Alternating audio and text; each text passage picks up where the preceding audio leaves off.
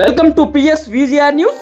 దేవాదాయ ధర్మాదాయ శాఖ అధికారుల సమక్షంలో వెంకటగిరి శక్తి స్వరూపిణి శ్రీ శ్రీ పోలేరమ్మ అమ్మవారి జాతరలో ఏర్పాటు చేసిన హుండీలు లెక్కింపు కార్యక్రమం శుక్రవారం నిర్వహించారు. 2024 సెప్టెంబర్ 21వ తేదీ నుండి 2024 సెప్టెంబర్ 27వ తేదీ వరకు అనగా 7 రోజులలో అమ్మవారికి భక్తులు సమర్పించిన డబ్బు, బంగారం, వెండి తదితర కానుకలను వివరాలను ఆలయ అధికారులు వివరించారు. అందులో ప్రధాన ఆలయ హుండీలు ద్వారా 20,08,028 రూపాయలు ఆదాయం వచ్చిందని తెలియజేశారు. అదేవిధంగా పోలేరమ్మ నూతన బంగారు పాదముల కోసం ఏర్పాటు చేసిన హుండీ ద్వారా 2,43,947 రూపాయలతో కలిపి మొత్తం 22,51,975 రూపాయలు డబ్బు రూపేణా వచ్చిందన్నారు.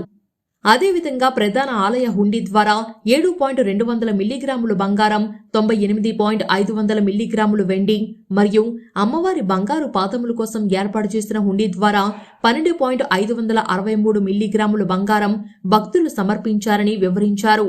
ఇది కాకుండా $21, కువైట్ దినార్ 1, ఓమెన్ రియల్ 6 సమర్పించారని తెలియజేశారు.